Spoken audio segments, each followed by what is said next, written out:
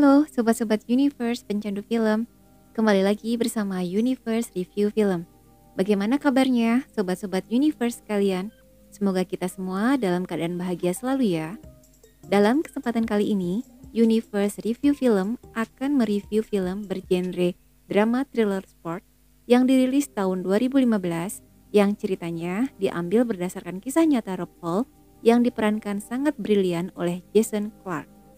Pada tahun 1996, Rob Hall memandu perjalanan ke puncak tertinggi Gunung Everest lewat Tour Adventure Consultants yang dia dirikan bersama teman-temannya. Namun, keinginan beberapa orang dalam ekspedisi yang dipimpin oleh Rob Hall itu ternyata harus menghadapi berbagai macam rintangan, khususnya hawa dingin yang menusuk serta cuaca yang tidak menentu. Kisah Everest adalah kisah tentang tanggung jawab dan profesionalitas. Rob Hall tidak hanya dibayar untuk membawa pendaki amatir ke puncak, tapi dia juga harus bertanggung jawab penuh untuk membawa mereka pulang kembali dengan selamat. Bagaimana alur ceritanya? Yuk, simak terus. Pada tahun 1953, Edmund Hillary dan Tenzing Norgay menjadi pendaki pertama yang mencapai puncak Everest. Dan selama 40 tahun setelahnya, para pendaki profesional mencoba mengikuti jejaknya. Dari 4 orang yang mendaki, 1 orang yang tewas. Pada tahun 1992, Rob Hall dari Selandia Baru dan kawan-kawannya membuat agen pemandu komersial untuk para pendaki amatir yaitu Adventure Consultants. Dalam waktu 4 tahun, ia dan timnya dalam Adventure Consultants berhasil memandu 19 orang pendaki tanpa satupun yang meninggal. Dan Rob Hall menjadi legenda hidup pada saat itu. Kemudian pada tahun 1996, berdiri agen-agen pemandu serupa, termasuk Mountain Madness milik Scott Fisher dari Amerika. Dan pada tahun itu juga lebih dari 20 agen berkompetisi untuk naik ke puncak dalam waktu 2 minggu. Cerita diawali saat Rob Hall sedang memberikan pengarahan dan semangat kepada timnya. Pada saat itu, Rob Hall dan timnya berada di ketinggian 2000 kaki dan 600 meter menuju base camp 4 yaitu Stage Yellow Bend. Rob Hall mengingatkan timnya untuk memakai masker dan tabung oksigen untuk membantu pernafasan dan perjalanan pun dimulai. 6 minggu sebelumnya, ketika Rob Hall bersiap di bandara bersama timnya untuk berangkat ke Nepal, dia diantar sang istri tercinta yang dalam keadaan hamil. Rob pun pergi dengan diiringi isak tangis sang istri yang merasa kesepian karena Rob dan timnya akan berangkat sekitar 2-3 bulan dalam pendakian itu. Dalam perbincangan dengan timnya di bandara, Rob mendapat kabar bahwa harga oksigen akan lebih mahal dan pada musim ini juga lebih dari 20 agen perjalanan yang akan mendaki Everest. Belum lagi ditambah dengan pendaki dan penduduk lokal yang bekerja sebagai pengangkut barang, sehingga bisa dipastikan base camp dasar akan penuh dan ramai. Di Bandara Kathmandu, Nepal, pada tanggal 30 Maret 1996, terlihat suasana hiruk-pikuk bandara udara kedatangan pesawat yang mengangkut para turis dan pendaki. Karena pada bulan itu adalah bulan pendakian, dikarenakan cuaca di Everest sangat ramah dan bersahabat. Tampak 3 lelaki dewasa saling berkenalan, ternyata mereka adalah para pendaki dengan agen perjalanan yang sama yaitu Adventure Consultants. Mereka adalah Beck Withers, Doug Hansen, dan John Cracker. Mereka pun berangkat bersama-sama menuju penginapan yang telah disediakan oleh agen perjalanan tersebut. Pendakian ini terasa spesial karena akan diliput oleh wartawan majalah yang beroplah besar yaitu John Cracker dari majalah Outside. Dalam perkenalan singkat itu, John menjelaskan bahwa Doug pernah mencapai puncak selatan setahun yang lalu dan Beck pun berkomentar hebat untuk seorang pengantar surat.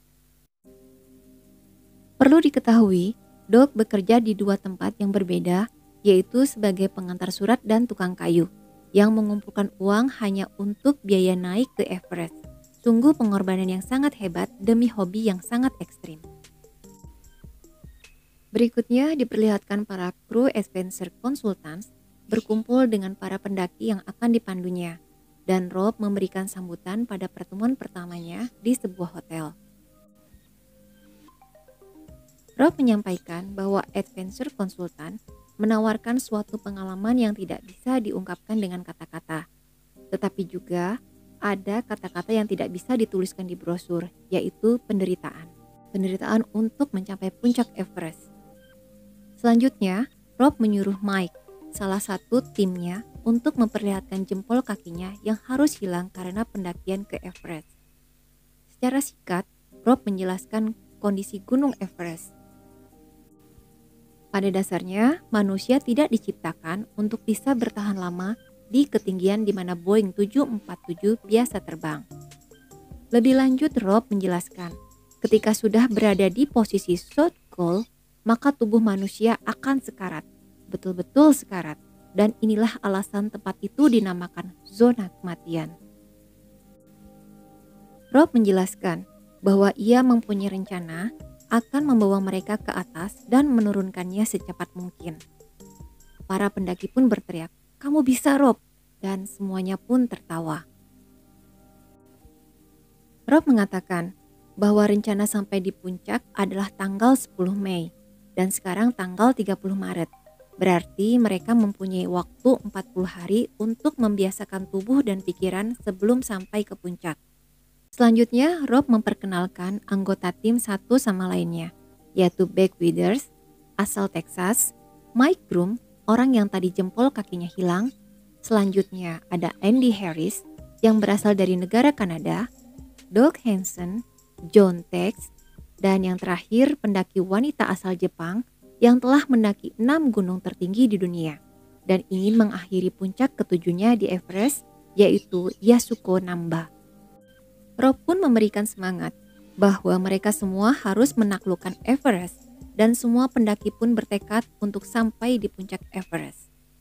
Pertemuan singkat itu pun berakhir dan anggota tim kemudian dipersilahkan untuk makan, minum, dan bersenang-senang karena esok harinya mereka akan berangkat.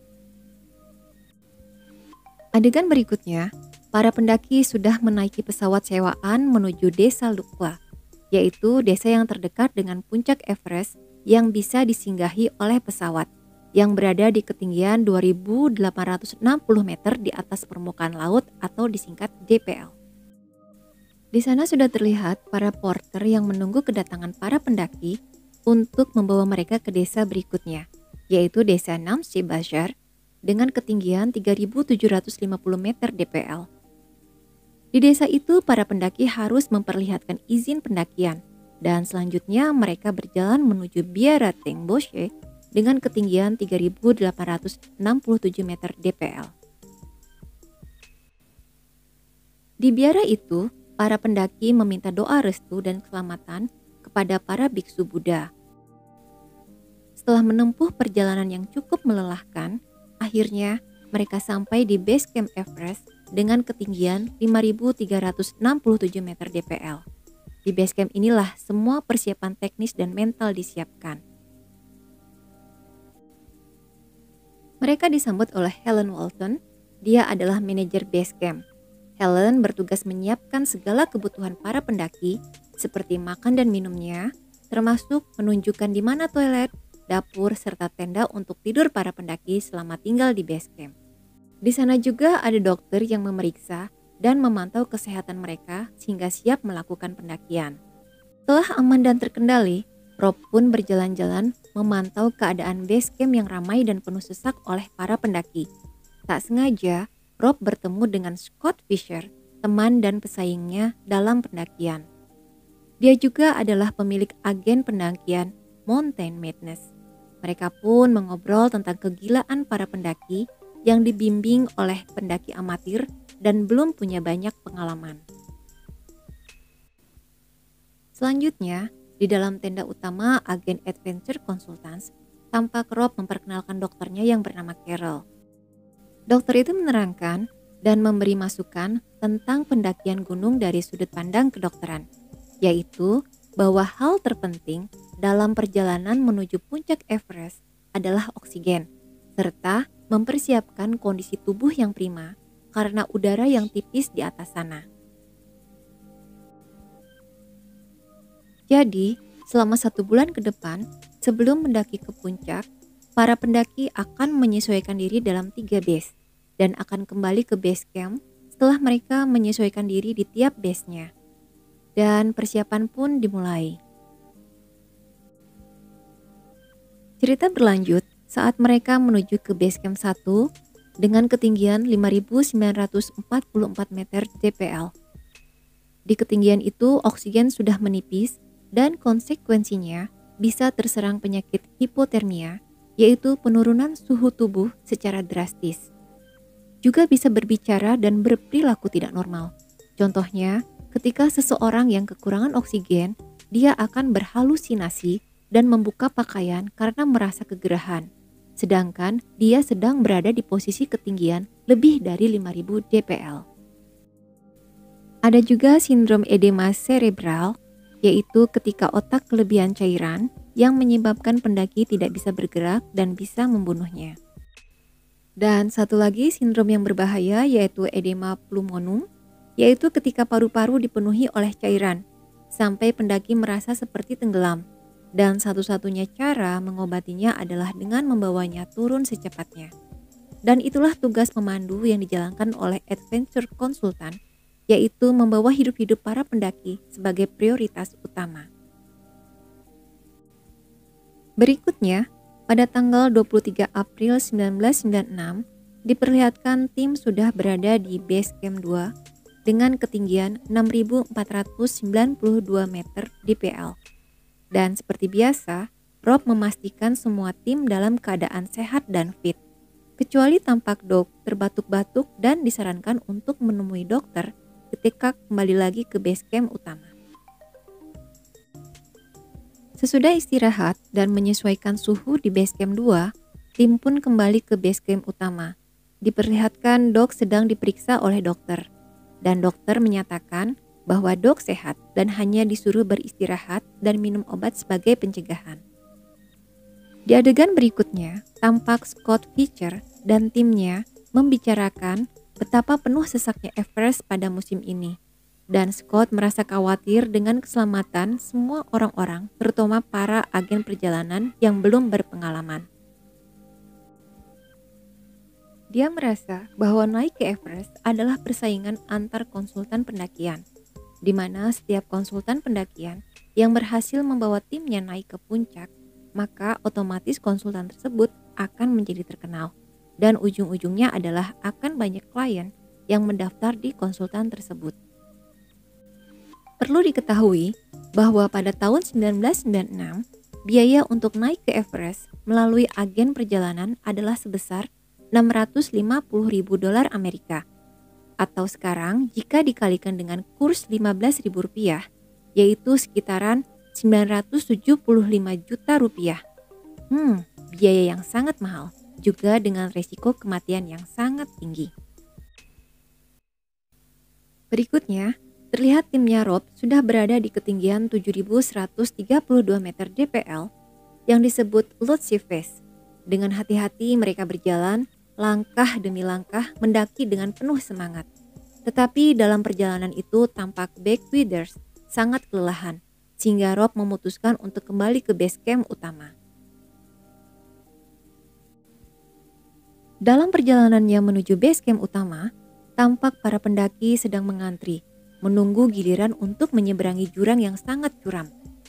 Mereka terpaksa menunggu lama karena ada tim lain yang sedang menyeberanginya dalam waktu yang cukup lama.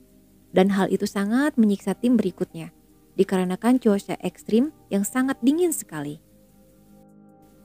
Akhirnya, timnya Rob mendapat giliran. Yang pertama kali menyeberang adalah Beck, dikarenakan kondisinya yang paling parah. Ketika menyeberang dan berada di tengah-tengah, tampak longsoran es jatuh, dan itu membuat Beck kehilangan fokus dan terpleset. Tetapi untungnya, Rob segera menolongnya hingga bisa sampai di seberang dengan selamat. Akibat kejadian itu, maka tim Rob pun mengundang para konsultan pendakian untuk mengadakan pertemuan. Imbas dari kejadian di jembatan, maka dalam pertemuan itu, Rob meminta para konsultan untuk membuat jadwal pendakian menuju puncak. Karena kalau bersamaan melakukan pendakian, maka akan menimbulkan antrian yang cukup lama untuk menyeberangi jurang dan melintasi jembatan. Dikarenakan setiap menit yang terbuang, maka oksigen pun akan terbuang percuma dan akhirnya nyawa menjadi taruhan.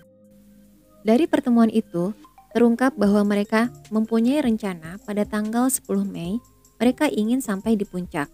Dan karena tidak adanya kesepakatan, maka pertemuan itu pun akhirnya bubar. Dan tetap mereka akan melakukan pendakian dengan jadwal yang sama, yaitu pada tanggal 10 Mei mereka akan sampai di puncak Everest.